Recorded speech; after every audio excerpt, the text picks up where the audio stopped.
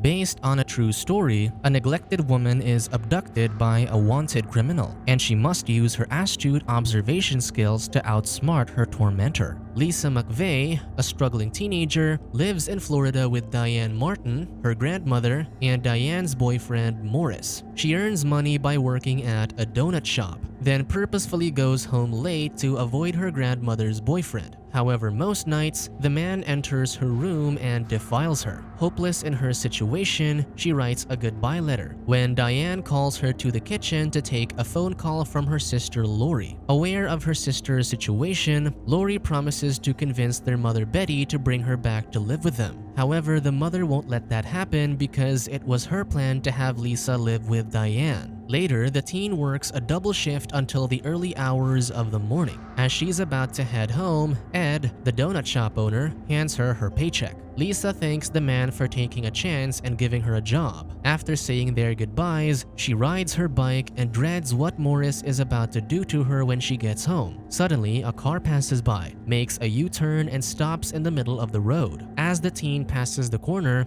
Bobby Joe Long jumps on her and points a gun to her head as Lisa pleads for her life. The man drags her into his car. Bobby blindfolds Lisa and ties her hands up. As he drives back to his hideout, Lisa takes mental notes of whatever little she can see through her blindfold and the turns on the road they took. In the hideout, Bobby orders her to take off her clothes before pulling her into the shower to wash her. Following the deplorable act, the man blindfolds her, ties her hands up in bed, and threatens her once more with a gun. The following day, Diane reports her missing granddaughter to the authorities. Her family assumes that she ran away, but Lori's convinced something happened to her sister. Meanwhile, she wakes up to Bobby's touch and apologizes on behalf of the women who've been unpleasant to him. She touches his face, memorizing his features while subtly charming her abductor with her words. Soon, Bobby removes her binds and gets her water at the teen's request. Later, Bobby watches the news about a kidnapped teenager, and he angrily asks if she's the missing teenager mentioned on the news, but Lisa sticks to her story. Moments later, Lisa asks if she can use the bathroom. Alone, she takes her blindfold off and leaves her fingerprints on the mirror, the towel rack, and the toilet. That night, she sneaks off the bed and tries to use the telephone to call for help, but Bobby catches her. She remembers when she told her mother about what Diane and Morris are doing to her, but Betty indifferently reveals that she is aware of what goes on in Diane's house and tells her daughter that it's the best life she's ever going to get. In the present,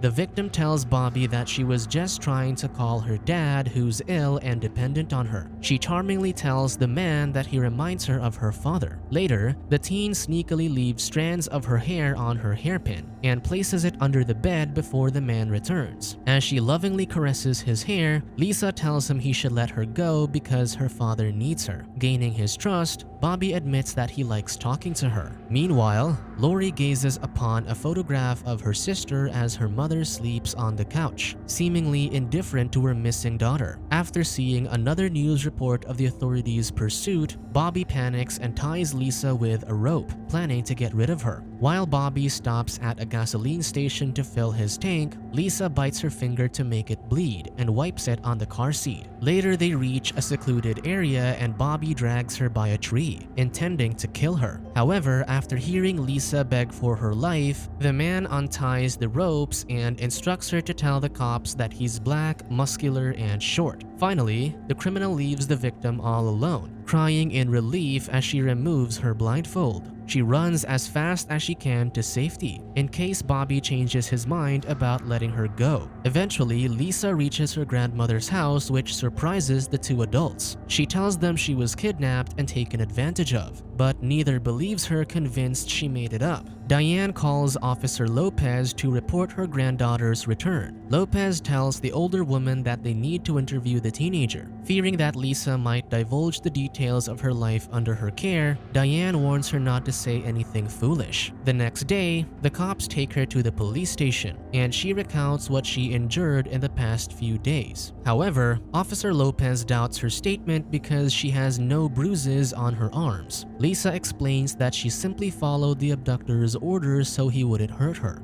He thinks Lisa is making it all up, so he brings in Detective Russell and her partner to speak with the teen. Because of the detailed descriptions the teen provides, they can't fathom how it's possible she was able to stay calm enough through her ordeal. They think the teenager had gone partying and wanted to avoid getting into trouble, further frustrating Lisa. Meanwhile, a team of detectives is in a conference room, trying to find the culprit responsible for slaying 9 women over the last 6 months. The head, Dutton, relays intel that all the victims were tied up with rope, and the bodies were disposed of in different areas. To end the meeting, Sergeant Larry Pinkerton emphasizes that everyone must do their best to find the criminal. Then, Detective Russell asks Pinkerton for help on Lisa's case. Later, Pinkerton introduces himself and asks the teen about what happened to her, but she doesn't speak up at first, tired of people not believing a word she says. To get her to open up, the detective shows her the picture of his daughter Sarah, stating he'll look after her just like he would his own daughter. Seeing the man's sincerity, Lisa tells him everything she can remember, from Bobby's features, details about his car, and the apartment.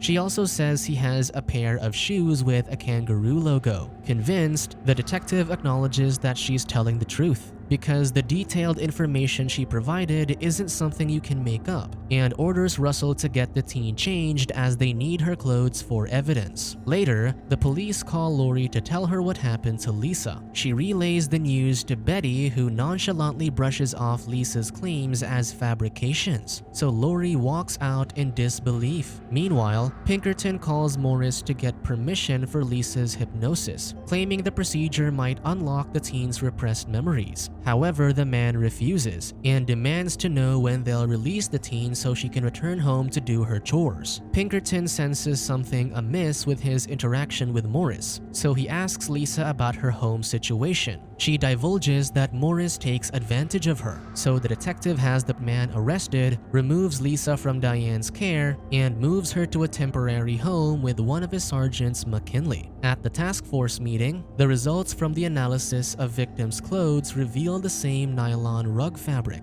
While working with the authorities, Lisa shares that she left fingerprints in the man's bathroom, hair under his bed, and blood in his car seat. She also mentions that he stopped at a gas station before releasing her. However, the teenager still has nightmares about Bobby at night, waking up crying in fear. The more information Pinkerton gathers, the more he's convinced that Lisa was also the victim of their serial killer, so he has her clothes analyzed despite his coworker going against his decision. Later, the detective moves Lisa to another safe house. He warns the teenager to stay low for now, then takes her along for dinner with his daughter Sarah. Soon, the forensic analysis of Lisa's clothes reveals that they bear the same nylon fabric as the other victims, strengthening the detective's theory that the teen was abducted by the same man. The police now know what their suspect might look like after they circulate a sketch based on the teen's description. Pinkerton calls Lisa to the police station to update her about the case and informs her that 9 other women fell prey to her abductor. He asks her if she can take them back to where she was abducted and retrace her steps to where the perpetrator could be. As she tries to remember which direction the man drove to after her abduction, she suddenly runs toward the tree